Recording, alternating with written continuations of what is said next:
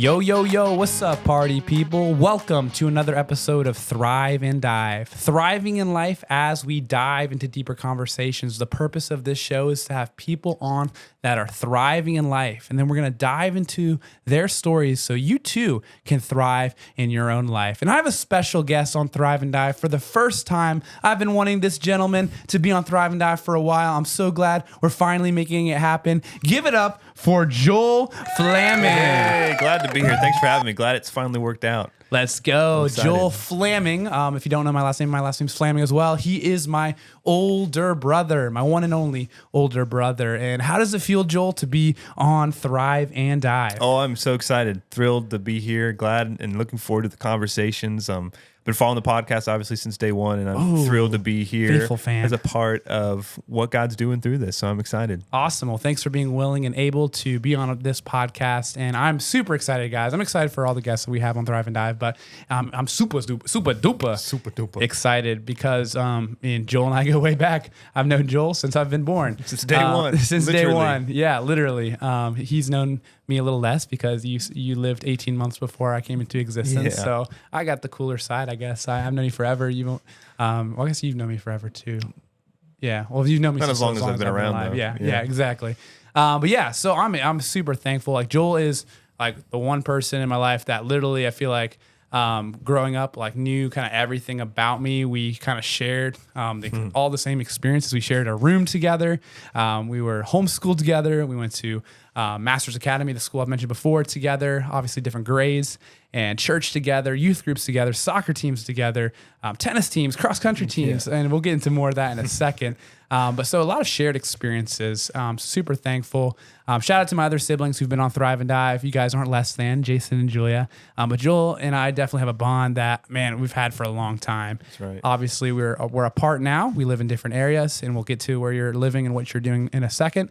But regardless of the distance and the different season of life, I'm still super thankful to have this relationship with you, Joel. And I'm encouraged to hear what you have to say today on Thrive and Dive. Yeah, I'm excited. Awesome. So a little bit about Joel that you guys need to know. So Joel, tell the Thrive and Divers, that's our audience name, where you live, what you do for work, All right. what are some of your favorite hobbies currently, and family life, and anything you want to fill in for important information for people to know about. Yeah, of course. So I live in Lake Wales, Florida, just about an hour and a half west of here, Vero Beach, Florida. I serve as the assistant to the president at Lake Wales, at Warner University in Lake Wales. That's both James and I's alma mater. Been there for a couple years now in that role. Go Royals. Thoroughly enjoyed it. My wife and I actually met at Warner University, the school that James and I both attended. She graduated from as well. So Lake Wales is home for us. So we love it there. My wife's a high school teacher at Lake Wales High School, so we're very involved in the community and love where God has us currently. And so our current and most recent hobby is our youngest daughter, our only daughter. I say youngest like this a second. That's not it. I'm not dropping any information. No. Oh boy, okay. Her name's Posey, and she is the love of our lives, and she's a huge blessing. She's currently our number one hobby. So she is, as of this month, we're in July when we're filming, she is 13 months old, so she's all over the place. She's walking, she's starting to talk, learning some words, but she is keeping us on our toes, getting into things all over the place. So that she's our number one hobby right now. But we love to travel. We love going places. We've been to several countries over the last 5 years of marriage that we've been able to celebrate. And so we love doing things, whether that's hiking, going to the beach, exploring.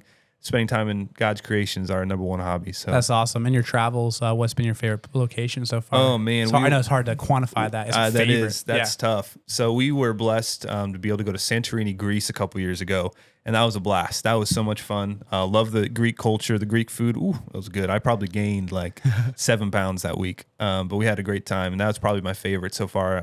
France is a close second, though. I loved Paris. Loved the culture, the food, the sights. It was fun. Paris. All right. Well, shout out to Becca Flaming. Shout out to Posey Flaming. We love you guys. And eventually when Posey's old enough, we'll have her join. And Becca for sure. We thought about bringing her today, but it would not have worked. Oh, yeah. Sat still for maybe like 2 seconds. Too funny. Well, Joel, thank you for that background information. And we're going to go ahead and dive into our topic of conversation for today on Thrive and Dive, which is not a specific like theological, cultural topic. We're going to be actually jumping into Joel's testimony. We do this a lot here on Thrive and Dive, where we have episodes where we strictly talk about I'll interview the person that's on and just they'll share details of their life and details about their relationship with the Lord. And it'll kind of transition into what they're doing now and moving forward. So that's kind of the direction we're going with this episode, Joel. So super thankful for your willingness to share some of your story. And this is going to be a little different than people I've had in the past because I have some direct questions for Joel because like I mentioned a couple minutes ago, I've been a part of his story. He's been a part of mine in a way that's unique to every other person that's been on Thrive and Dive. So Joel, you ready to rock and roll? Let's do it. All right, here we go. Let's dive. All right. First question, what are some of your favorite memories of us growing up in the Flaming family household?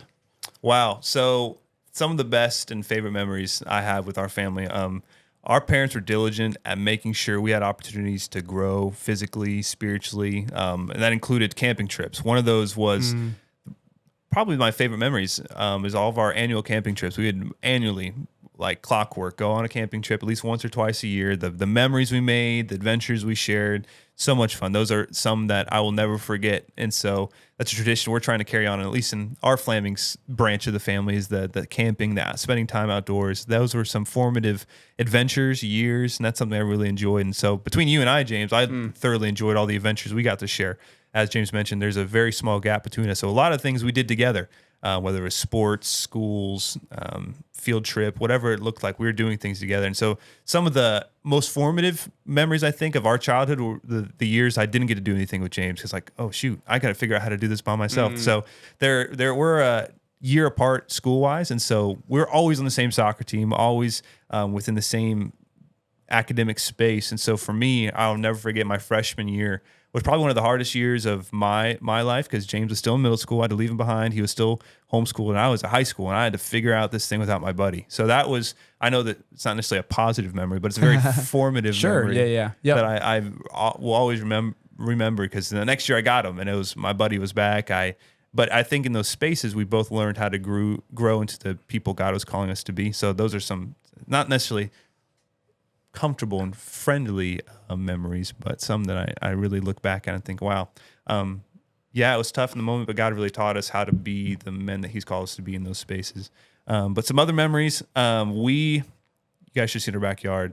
It was awesome. Legendary. We had a fort back there. We turned that backyard into bicycle racing courses with obstacles that probably would have killed us, but thank the Lord that He was watching over us. We had some gnarly ramps. Yeah, shout out to the Capins. Yeah. Watching Michael and Johnny, those BMX days. We had some good times in that backyard. Soccer, we made up all kinds of games in the backyard. We spent all kinds of time out there. Those are some of my favorite memories of just those adventures in the backyard. Those were fun. Those are good times. Amen to that. Actually, I had Mom and Dad and Julia on Thrive and Dive not too long ago, and they all shared about how campouts were some of their favorite family memories as well. Sure. Definitely, if you've never gone camping before, Thrive and Divers, whether you're an outdoorsy person or you're like, oh no, indoors, outside, ooh, right? You need to try it out. There's such thing as there's something called glamping. You can at least try that, where you're pretty much in like a cabin with AC, right? But we recommend tent camping. Yeah, that's where you can get the true outdoor experience. Might be a little frightening at times with the bears, the wildlife, yeah, and it's freezing cold sometimes, even here in Florida. Depending on the time of year, it can be. So true, but yeah, no, I concur with the games in the backyards we would do. Another just element, Thrive and Divers, right? Whether you're a parent or whether, I don't know how old you are, you watching this, but making sure that your children spend quality time outside, being creative. You know, we live in a digital age now, right? And there's nothing wrong. I was a big video gamer. We bonded over some video games. Sure did. We played Halo. We played Battlefront. We played Star Wars Lego as kids. So that I can't forget about Smash Bros. Oh yeah, Super Smash Bros. I tend to do more of the smashing and children more of the receiving. But yeah, we grew in the midst of all of it, guys. Amen. Star Fox too. Oh, so bad at that game. Yeah, no, good times. But apart from the digital age we live in, definitely spend some time outdoors. Be creative. We did a lot of things called stories. Yeah, which is just imagination station. Playing house, but with Lord of the Rings style. Yeah, with swords and guns. Yeah, swords and guns. It was a manly pretend. Yeah, manly pretend time. So yeah, good times for sure. Just talking about actually just brings back the memories, and maybe you guys share some memories like that with your siblings that you grew up with. But yeah, I agree. Also, the years that we were detached, right? Right. Freshman year you went to school. We were homeschooled pretty much our whole life, guys, until high school, and Joel was the first one to branch out. And looking back on it, I should have went to school the same time he did, but I stayed. I didn't want to go to middle school. I wanted to wait until high school to go to school. And that 8th grade year without Joel was like miserable. And I was so unmotivated. I had such a poor job in my academics. And then also I think of when you graduated high school, that senior year for me. Well, I love senior year. Senior year is awesome, obviously, because you're top dog and you're high school. But like, oh man, without Joel, it's still different, right? On the soccer team, in the academic world and things like that. And that's going to lead me to another question in the future in this episode, where, man, having Joel as that leader was hard when he left because someone had to fill the gap, whether it was on the soccer team or in the classroom and things like that, which ushers in my next question for you, Joel, which will actually go with the third question as well. But for you guys that don't know, Joel is the oldest child in the Flaming family. It's him, then me, then my sister Julia, then our brother Jason. And my question for you, Joel, is what was it like being the oldest child growing up? So a couple of weeks ago, I was talking with a coworker. She's also the oldest. She only has 2 other siblings she's older than. But we were talking about how that kind of shaped us as people, as leaders in our spaces that God's called us to. And something that I've kind of reflected on over the years and that I've thanked God for is that I didn't get to choose this role, this spot in the hierarchy of the Flaming family, but God was good, and he surrounded me with siblings and parents who helped shape me into the older sibling. I think, sure, I was not perfect all the time, but he's the one who helped form me into the person I am through that role. It wasn't one I wanted necessarily. It was one that God gave me, and it's cool to reflect back on how that kind of shaped me as a person. I think as the oldest sibling, you naturally have to be a little more aware, self-aware, and aware of those around you, because whether you like it or not, there's eyes watching you. And so for me growing up, I didn't necessarily feel the pressure, right? I didn't feel like I know some older siblings struggle with the pressure of trying to set a good example and a standard. I was more about trying to, more passionate about and pouring into my siblings as it was to setting the standard, if that makes any sense. So I set the standard in the way that I loved my siblings. I wasn't trying to, I didn't feel like there was a bar I was trying to hit. I just was myself and was going to pour into my siblings whatever way it looked like for each one, because each one's unique. And so for me, I didn't feel the pressure. I was blessed to not have to feel the pressure that some older siblings feel from either their parents or from the expectations that come with being the oldest. And so for me, I loved it. I had 3 of my best friends growing up my whole life. And so for me, like I said, it helped me, probably the biggest thing, helped me be self-aware of how I conduct myself. I think that was probably the biggest lesson God's taught me as being the oldest sibling is you got to be a good steward of the situations God gives you. And for me, it was not only for myself, but for the example I was trying to set for my 3 younger siblings. And so for me, that's kind of how I kind of have grown and reflected on what that means for me as the oldest. And like I said, James and I and our other siblings have been blessed with great parents. So I never felt like I was alone in trying to do that. I had great examples to follow myself. My mom and my dad did a great job at doing that for all 4 of us. And so for me, it was a smoother road, I think, than some who are oldest, because I had great examples to follow, great people pouring into me in that sense. And I had youth pastors and coaches who helped see in me the leadership qualities that I didn't see in myself. And so they kind of helped pull that out of me and help me grow and develop that. And I think without those leaders, I think my relationship with my siblings would be different. I tend to be a selfish person. I mean, we all are in a sense, but I think the servant leadership aspects that come with being a Christ follower, 1, and 2, as those who are in leadership, I think those are developed through the people God surrounded me with. I don't think I would have reached that place on my own. I'm, like I said, blessed with a couple youth pastors in middle school and high school who helped me shape the way I view leadership, and that has a direct impact on being the oldest in my family and the relationships I formed with my siblings. And so that's kind of, in a nutshell, how it felt for me being the oldest. It was and looking back, it's a blessing. I've been so blessed. I have great siblings, great parents, great infrastructure that's helped me become to the best of my ability what God's called me to be. That's awesome. So to summarize the answer to that question, so to avoid the pressure of being the oldest, so if you're the oldest in your family, right, or you're a middle child like me or youngest, and you don't have that pressure of being the oldest, and you can empathize with your older brother or sister. So you would say, Joel, the way that you release that pressure is thanks to parents, mom and dad, not putting that unnecessary expectation on you as the older sibling. Your youth pastors that you had throughout the middle school and high school, teaching you great truths and skills. And I think you kind of mentioned it, but you're just your own personal relationship with the Lord, right? Recognizing that the Lord is going to be the ultimate example for everybody. You aren't the one who's going to platform. By no means. It's Christ in you. The epitome. So Christ. Was that spot on? Or? No, that's perfect. Awesome. Because you're right. Because different seasons of life, they'll have different pressures placed on you. But the moment you lean into who Christ has called you to be, those seem to fade away because you're simply pursuing what he's called you to do, not necessarily the expectations people have for you. So a follow-up question with this, Joel. So we kind of described what it's like for you being the oldest in our growing up years, right? When we're all underneath the same roof. What does it look like, I guess, still being the oldest child in a completely different season of life now, right? We're apart. We're all our own men and women, right? Some of us have started families. You and Julia got married as well. Do you still feel like there's a responsibility as the oldest son, or has it now waned a little bit? I've actually just thought of this question on top of my head, so I didn't give it to you beforehand. But what do you think? I think for me, obviously, it's changed a little bit, right? We're not under the same roof, right? We all are called to different lives at this point, different seasons of life. We're all, Jason, I still consider a child. He's in college right now. So personally, Jason, you still got a couple more years until you can consider yourself a full-grown adult. But I feel like we've reached a point where we're all independent, where my leadership has changed in the sense I'm more of a support person now, as opposed to the standard, if that makes any kind of sense.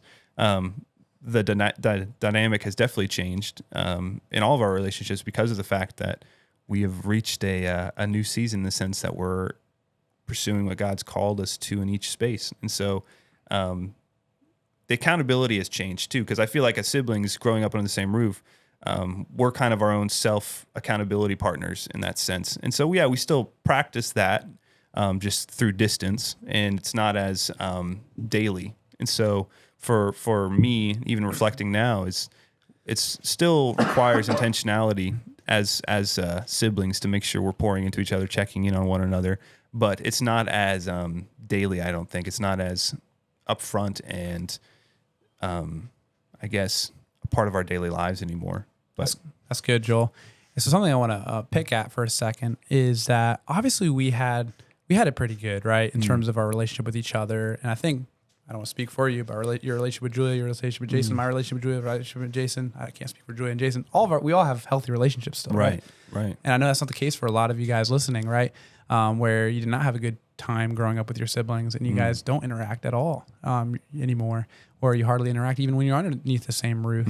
So I get that, and I think there's if you're listening and that's you, I think you have a responsibility to plan that.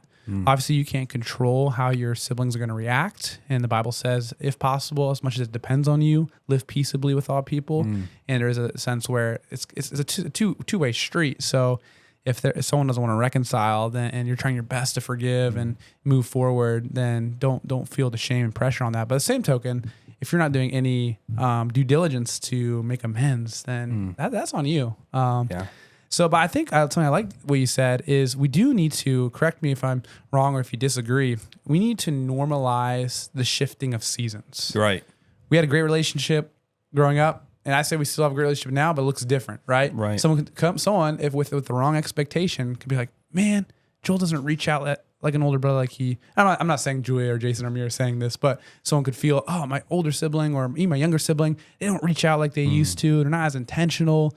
And I think it's okay, right? Normalize a new it's a different season, right? So it doesn't mean we get lazy. I know I'm poor at communication, so I'm throwing myself under the bus when it comes to family stuff. And I have room to work, but at the same time, shifting our expectations that it's a different season now. Right. And no, I think that's good. That's a good point you bring up there, because I think for every element of the family unit, whether that's parents, siblings, the dynamic changes when people enter new seasons. And I think those changes could be difficult, right? They're not going to be easy to navigate. I think of our parents who are pretty much empty nesters now. They've had to change that dynamic. It's difficult, but it's good, right? And so same for us siblings. We're all in different places, living in different places, living different lives, doing different things that God's called us to.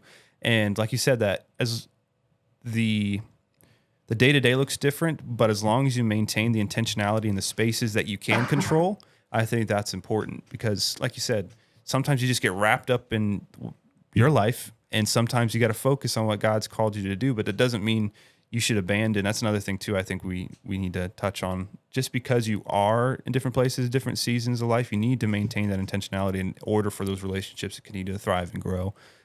Because it could be easy to get distracted and forget and not prioritize. And I think that's part of being a family is in the midst of all those seasonal changes is to maintain that commitment to one another, whether that's checking in every once in a while, a text, an email, a phone call every once in a while, especially if distance is an issue. But I think for me, and even now as my wife and I have been married for 5 years now, just trying to learn the nuances of maintaining our home while still being connected to her family and our family. I think it's important.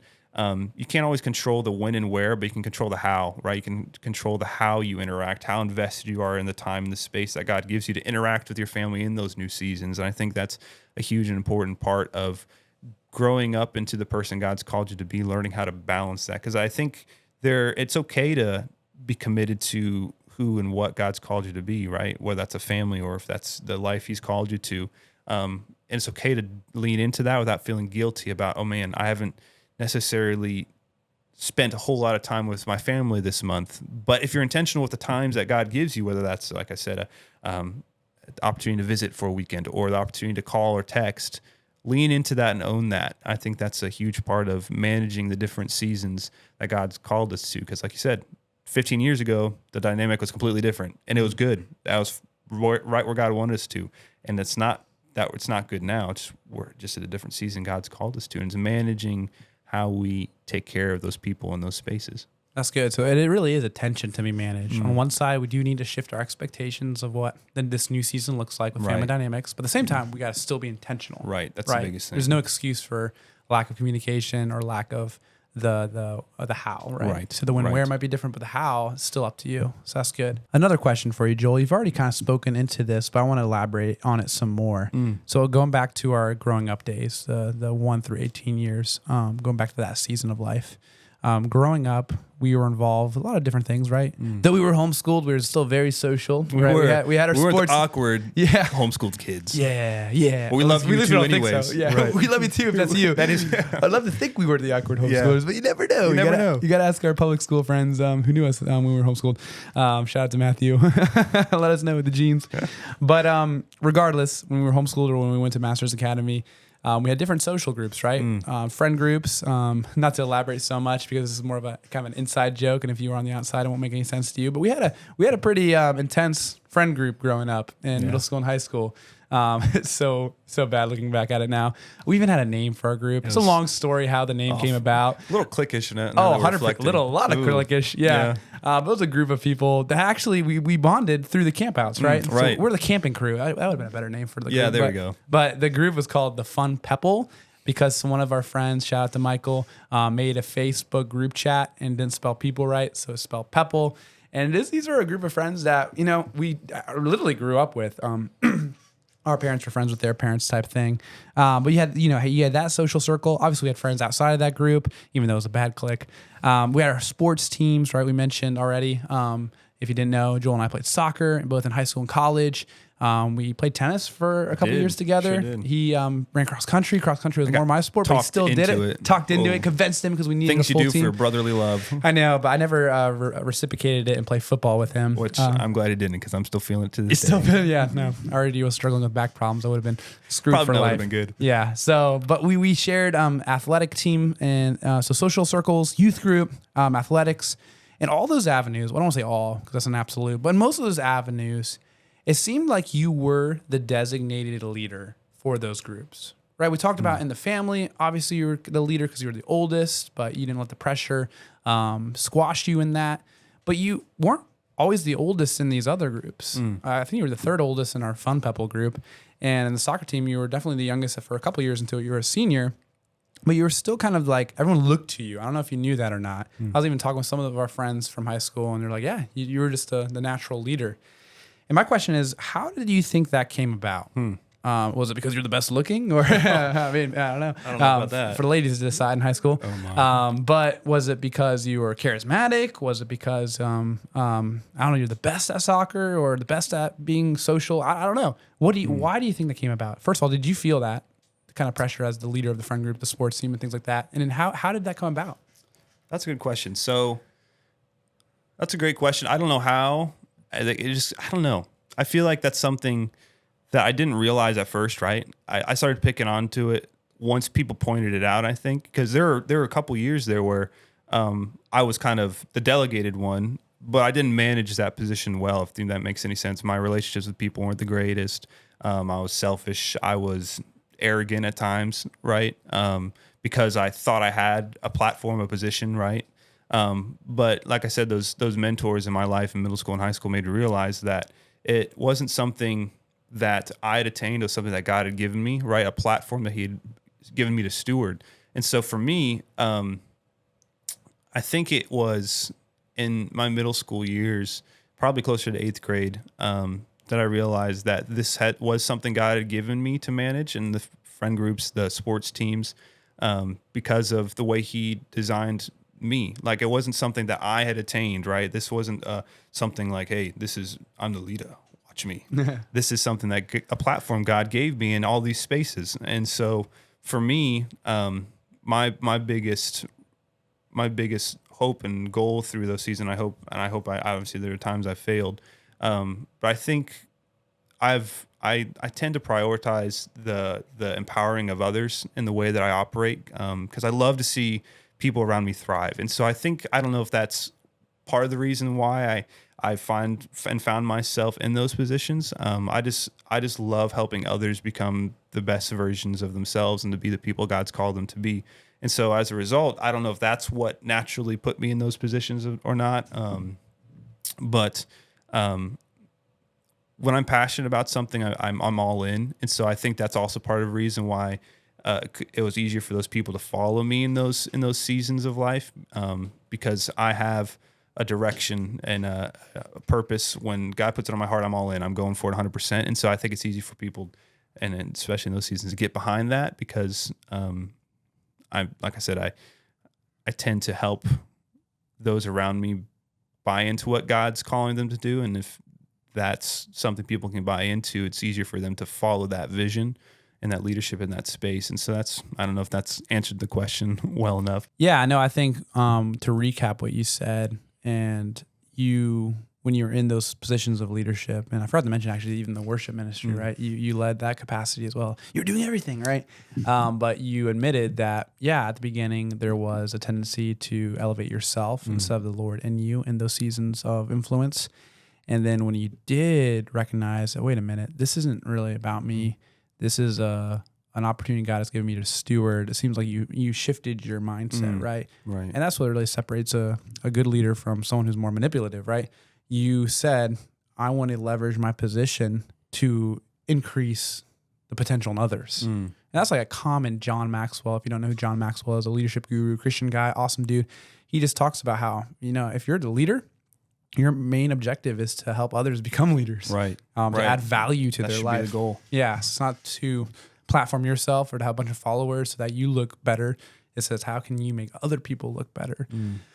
So it seems like you figured that out in high school, kind of middle school. Again, through the faithfulness of the Lord and the mentors He brought around me, that became very apparent. And there are times I failed trying to do it in my own strength, and I realized, like, wow, God humbled me a couple times and essentially told me, this isn't your platform. This isn't your space to operate. I'm giving you the opportunity to lead in that space for my glory and for your good. And if you get that mixed up, He was quick to remind me, whether that's through people, through instances, through accountability, right? I think that was very, very formative for me. And it became, I've been blessed, right? Like I said, by mentors and leaders in my life through every stage of the journey to even to this point, where I've had that accountability to keep my head focused on what that looks like for me as someone who leverages the influence God gives me.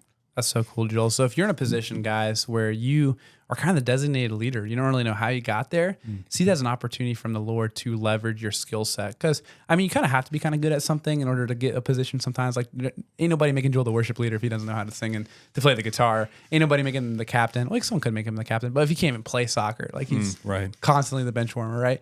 So there's that piece that's important to have, right? So when you find yourself in a position where people are looking to you, you have a choice to make. Are you going to leverage that position for yourself, or are you going to use it to benefit others? And it's interesting, Joel. I think you did. Seeing being a witness of your leadership in high school, middle school, I think you did do that because you inspired people, right?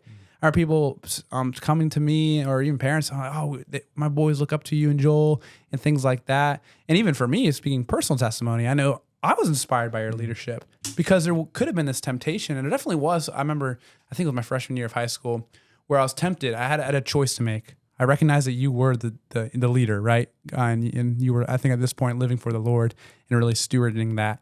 And I kind of had a little fleshly encounter, right? I'm like, dang, my brother is the go-to guy. Should I be the opposite? Should I be the class clown? Should I be the rebellious guy? Because Goody Two Shoes over here has already that role down. And I remember I had to do some serious personal self-inventory. And thank God I chose, no, I can learn from Joel. Instead of being envious of my brother. And I think it happens. I don't want to speak for other brothers or sister dynamics, but you get envious of your sibling and you start to compare, and that's going to kill you emotionally, psychologically, spiritually. So instead of seeing a competition, and we were competitive people, don't get me wrong, we sports or whatever, a good healthy competition, which sometimes got out of hand. But for the most part, I didn't see it as a competition. I saw it as, I have an opportunity. One of the first role models in my life, right? We've talked about how we were together pretty much all of our lives, and it was all about perspective, right? So for me, I'm thankful for that. So you added value to my life, and you added value to so many others. And hopefully I've been adding value to people's life because of your value adding to me, and obviously all glory to God. So I just wanted to share that part. And my last question for you, Joel, because we're running out of time here. You had a statement I remember you saying. It's like something you would crochet on your pillow, but you didn't really have it crocheted on your pillow. But if you were able to crochet, I feel like you would have put this on your pillow. But you would, I remember, I don't know if it was a sermon you gave in youth group. You didn't speak often. None of us really spoke often, but there's times when students would speak. But you shared, pursue everything with excellence. I felt like it was like your phrase. It's like, I don't know where you got it from. Maybe you can speak into that. But what did that mean for you back in middle school and high school? And it's probably something you still live by. You want to pursue everything with excellence. Kind of tell us the story behind that, the backstory, and then how it is manifesting now. Yeah. So in Paul's letter to Colossians, there's a verse and a challenge that he presents that kind of has reshaped the way that I see and do things in every season of life, in every area, whether that's personal, professional, spiritually. And he challenges the church in Colossians to do everything with your whole heart, but not unto man, but for God. And so that kind of changed my perspective, regardless of the task, right, that I've been assigned, whether I like it or not.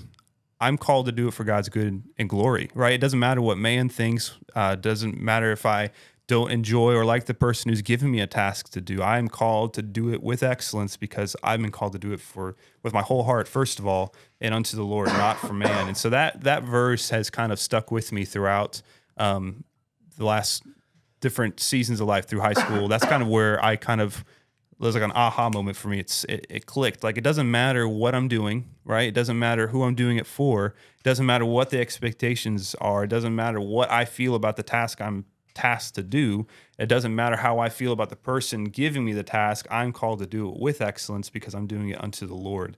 And so that's kind of changed my perspective on how I handle different situations that come at my way throughout life. Is that call to excellence that we're all called to pursue because God has called us to do it for His glory and for His good, not for man. And so that verse in Colossians, that Paul, that challenge that he gives is kind of what has inspired that phrase for me. And it kind of has, my wife makes fun of me because my favorite word now is stewardship, because excellence should stem from how you're stewarding. Let me flip that. If you're stewarding things correctly, the things that God's given you, whether that's gifts, abilities, influence, your position, the sphere of influence He's given you, if you truly embrace what that means, right? It's not ours, it's his. He's just simply giving it to us to steward. Then you want to pursue excellence in everything you do with what he's given you to steward, because we're going to be held accountable one day for how we leveraged the gifts that he gave us, took care of the gifts. I think of the parable of the talents, right? That's another one that comes to mind. That we are called to steward what God's given to us, and he's called us to do it with excellence. And so those are the two passages that kind of shaped my framework when it comes to doing things, regardless of what it is. Or it comes to relationships, comes to tasks, it comes to conflict, the messy, the good, the bad, the ugly. We're called to do it all with excellence. So that's good. a little background on how. That's awesome. That's a great way to close this podcast. Colossians 3:17 says, whatever you do in word or deed, do everything to the glory of God. And then Joel mentioned Matthew chapter 25, the parable of the talents. We're not going to get into all the nitty gritty of that, but I encourage you to look into that parable because the bottom line, it talks about how God has given you giftings and you've got to steward it. You have a responsibility, right? So in order to steward most positively, pursuing everything with excellence is the best way to steward something. Right. Not for your glory, not for my glory, right. but for the glory of the Lord. Because how can you say, God, this is for you and your glory when you did a half-hearted job? It's not compatible. Right. So. Because if we truly embrace who God is to us, the least we can give him is our excellence, right? Because all that he's done for us and who he sent to die on a cross for us, that is the very least we can give him is our very best. Amen to that. Great closing thought, Joel. With that being said, though, any final things you want to share to the Thrive and Divers as we wrap up this episode of Thrive and Dive? So regardless of the season you're in, whether you're the oldest, the middle, the youngest, regardless of the relationship you have with your siblings, your parents, I would encourage you to find something that you can own in those, whether it's positive, good, bad, that you can grow in yourself. And then as a result, try to point others in those dynamics closer to Christ. So that'd be my challenge as we sign off. Amen. Well, great challenge for us Thrive and Divers. Guys, this is Thrive and Dive. Thriving in life as we dive into deeper conversations. Have a great rest of your day.